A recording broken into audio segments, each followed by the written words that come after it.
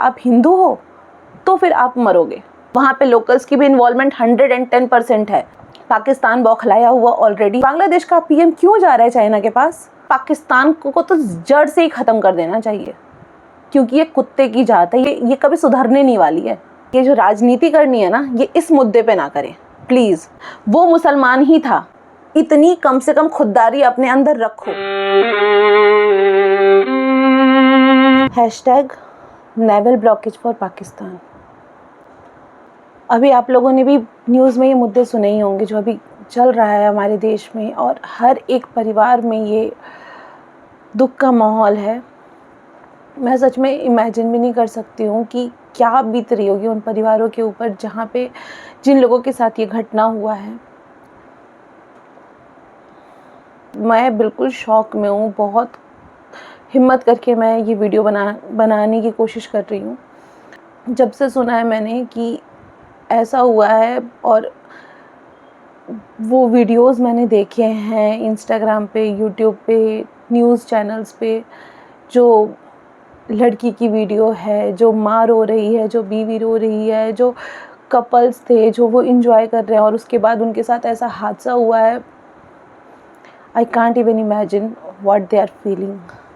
हाँ, ये मैं मानती हूँ कि सब लोग एक जैसे नहीं होते हैं। एक धर्म के भी सभी लोग की मेंटालिटी एक जैसी नहीं होती है, लेकिन ये बात भी सच है कि आतंकवाद का एक धर्म ज़रूर है। मैं ज़्यादा इमोशनल इसलिए हूँ क्योंकि मैं अभी रिसेंट डेज़ में ही, मतलब कुछ टाइम पहले की बात है, मैं कश्मीर घूम कर के आई हूँ, पहलगाम घूम कर के आई हूँ। और जो माइंडसेट लेकर के मैं आई थी ना, या जितना मैं कन्विंस कर रही थी लोगों को और समझाने की कोशिश कर रही थी कि नहीं, Jammu Kashmir is really very safe. मैं एक बार 2009 में भी कश्मीर गई थी। तब के हालात में और अब के हालात में आसमान ज़मीन का अंतर है। जब से मोदी गवर्नमेंट आई और 370 हटा है, तब से चीज़ें बिल्कुल चेंज हो गई हैं। वहाँ पे बहुत सेफ्टी है, बहुत सब कुछ है। मैंने खुद कितने अपने घर वालों को और अपने फ्रेंड सर्कल में जितने लोग हैं उनको कन्विंस किया, उन्हें भेजा है कि नहीं, आप जाओ, कश्मीर की ब्यूटी को एंजॉय करो, कश्मीर बहुत सेफ़ है, अपनी मेंटालिटी बदलो। वहाँ पे पर्यटन की ज़रूरत है, वहाँ पे एम्प्लॉयमेंट की ज़रूरत है लोगों को, आप ट्रैवल करो क्योंकि उनकी रोज़ी रोटी वही है। और मतलब मैं आपको बताऊंगी, वहाँ के लोग भी मुझे इतने अच्छे लगे हैं, कश्मीर के स्पेशली। कश्मीर जब मैं गई हुई थी, अब सभी लोग तो हर जगह के अच्छे नहीं होते हैं, एक दो इंसिडेंट मेरे साथ भी हुए थे। जैसे तो एक बार मैं होटल में गई थी, हम कुछ स्नैक्स वगैरह खाने के लिए गए हुए थे वहाँ पे, मैं और मेरे हस्बैंड। सो वहाँ पे मैच चल रहा था इंडिया एंड ऑस्ट्रेलिया का। तो जब ऑस्ट्रेलिया की विकेट गिरी तो मैं वहाँ पे चीयर कर रही थी कि वो क्या बात है, क्या बात है, इंडिया, मतलब इंडिया जीत रहा है, जीत रहा है। वहाँ पे बहुत साइलेंस था। मुझे लगा चलो ठीक है, कोई बात नहीं, होता है। बट जैसे ही इंडिया की विकेट गिरी, वहाँ पे सब चीयर करने लगे। और जब उन्हें ऐसा लगा कि अरे हम यहाँ पे बैठे हुए हैं, तो वो ऐसा शॉक में आ गए। मैंने बोला भी कि अरे आप लोग इंडिया को हारता देख के खुश हो? तो वो एक दूसरे पे ब्लेम करने लगे। लड़के थे कुछ कि नहीं ये खुश है, नहीं वो खुश है। बट बहुत ही नेगेटिव वाइब आई मुझे उस होटल में। तो वहाँ से हम उठ करके निकल लिए। बट एक उस इंसिडेंट को छोड़ करके पूरे कश्मीर में इतना सेफ्टी लगा हमें। वहाँ के लोग इतने प्यारे थे, वो इतने अच्छे थे। वहाँ के यूथ, जो भी हम यूथ की मैं बात कर रही हूँ, कि यूथ इतनी अच्छी थी और वो इंडिया के सपोर्टर्स थे वहाँ के। हमें कितनी बार ऐसा इंसिडेंट भी हुआ कि हमें जब ज़रूरत पड़ी है तो वहाँ के लोगों ने हमें बहुत मदद करी है। एक बार हम दूध पत्री गए हुए थे, तो वहाँ पे हमारी कार अटक गई थी, फुटेज में लगा दूँगी। तो वहाँ पे जो वो कार निकालने के लिए जो उन लोगों ने मशक्क़त करी थी, जो मेहनत करी थी, सब इकट्ठे हो गए थे कि वो बस ऐसा लग रहा था कि ये हमारे भाई बंधु हैं। मतलब हमें परेशान देख करके वो इतनी हेल्प कर रहे थे हमारी। और वहाँ पे मैक्सिमम तो मुस्लिम ही होते हैं।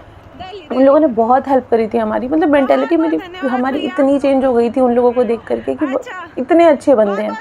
हम एक जगह गोलगप्पे खा रहे थे, वहाँ पे हमारी वाटर बोतल रह गई थी। हम वापस उसे जब लेने के लिए आए तो वो बंदा इतना परेशान हो गया हमारे वाटर बोतल के कारण। वो उसने अपने बंदे को फ़ोन किया कि कैसे भी इन्हें बोतल मिल जाए, या परेशान ना हो। मतलब वो हमारे लिए इतना सोच रहे थे। ये देख करके इतना अच्छा लगा कि दिल के कितने अच्छे बंदे हैं, यहाँ के बहुत अच्छे बंदे थे। और हर एक कदम पे कश्मीर में मिलिट्री को देख करके इतना सेफ़ फील होता था। हर एक कदम पे मिलिट्री थी।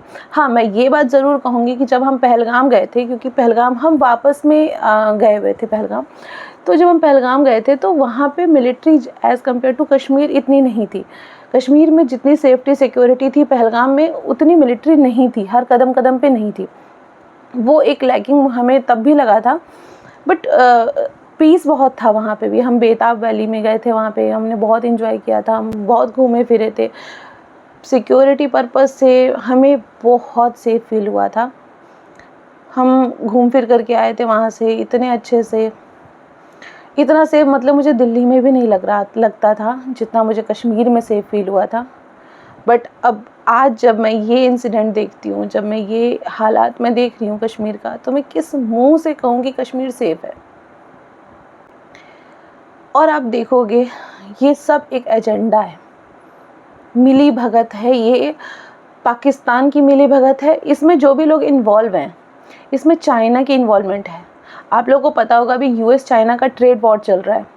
टैरिफ रेट्स अमेरिका ने बढ़ा दिए हैं चाइना के ऊपर, जिसके कारण वहाँ पे कोई भी बड़ी कंपनी, मिलीनियर कंपनी कभी वहाँ पे इन्वेस्ट करना नहीं चाह रही है टैरिफ रेट्स के कारण।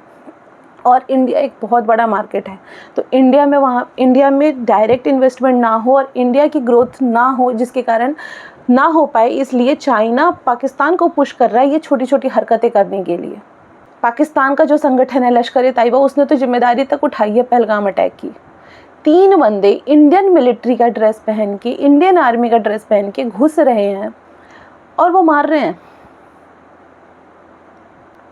वो धर्म पूछ करके कि आपका धर्म क्या है, आप हिंदू हो तो फिर आप मरोगे, तो क्या ये धर्म के खिलाफ नहीं है? इस अटैक का सीधा सीधा मकसद यही है कि वहाँ पे कश्मीर में जो 370 हटा है और जो वहाँ पे ग्रोथ हो रही है, जो इंडिया के प्रति लोगों का वहाँ पे कनेक्शन बन रहा था, उस कनेक्शन को तोड़ा जाए। वहाँ पे जिस तरीके से गरीबी थी, जो बच्चे, छोटे छोटे बच्चों के हाथों में जो वो उन्हें बरगला करके जो हथियार दे रहे थे और उन्हें आतंकवादियों में शामिल कर रहे थे, वो ख़त्म होता जा रहा था। उन्हें वही चाहिए था, उन्हें आज भी वही चाहिए। आज वहाँ पे टूरिज़्म अब बिल्कुल ज़ीरो हो जाएगा। वहाँ के जो लोकल्स हैं उनका क्या, उनकी रोजी रोटी का क्या?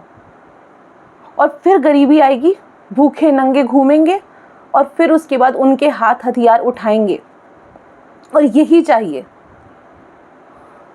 अगर उन लोकल्स का साथ उन आतंकवादियों को नहीं मिलता ना, तो कभी भी किसी भी कीमत पे ये हमला नहीं होता।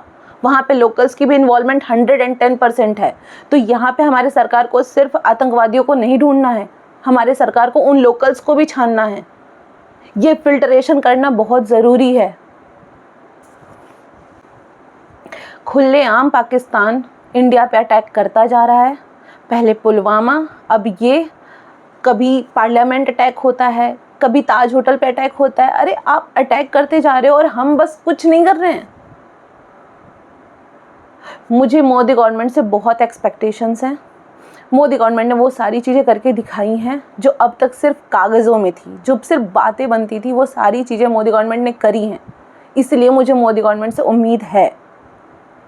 अभी मैं सुन रही हूँ, अभी करंट में न्यूज़ में आ रहा है कि इंडस रिवर के पानी को बैन कर दिया है बहने से।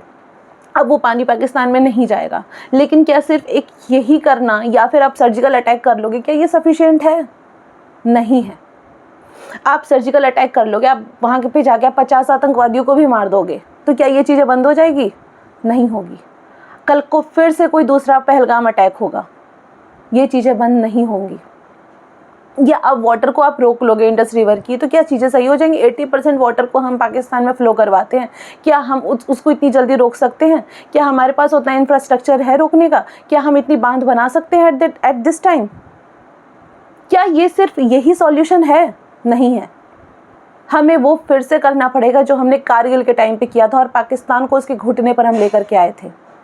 हमने कारगिल के टाइम पे नेवल ब्लॉकेज किया था, जिससे आप लोगों को अगर पता होगा तो आपको अच्छे से पता होगा कि पेट्रोलियम का वहाँ पे भंडार सिर्फ 9 दिनों का स्टॉक है पाकिस्तान के पास। और वहाँ की आर्थिक स्थिति भी आप अच्छे से जानते हो कि वो किस तरीके से भूखे नंगे हो चुके हैं और खाने तक के लाले पड़ चुके हैं। और महंगाई, पाकिस्तान में महंगाई कितनी ज़्यादा हो चुकी है।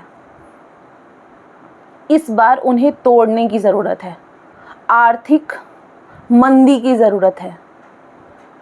क्योंकि अगर आपने फाइनेंशियली नहीं तोड़ा और ये छुट आपने बस सॉल्यूशन दिए तो इससे काम नहीं चलने वाला है। अभी यहाँ पे बांग्लादेश में जो मुद्दा चल रहा है, अभी जो म्यांमार में जो नए देश की जो मांग हो रही है और वहाँ पे सारी इन्वॉल्वमेंट हो रही है, चाइना की इन्वॉल्वमेंट है, यूएस की इन्वॉल्वमेंट है, तुर्की की इन्वॉल्वमेंट है, बांग्लादेश की इन्वॉल्वमेंट है। बांग्लादेश का पीएम क्यों जा रहा है चाइना के पास? अपनी टेरिटरी को बचाने के लिए, कि इंडिया कहीं बांग्लादेश पर कब्जा ना करे, इंडिया कहीं बढ़े ना, इसलिए वो चाइना को अपना पोर्ट इस्तेमाल करने के लिए दे रहा है। बांग्लादेश की भी इतनी औकात हो गई है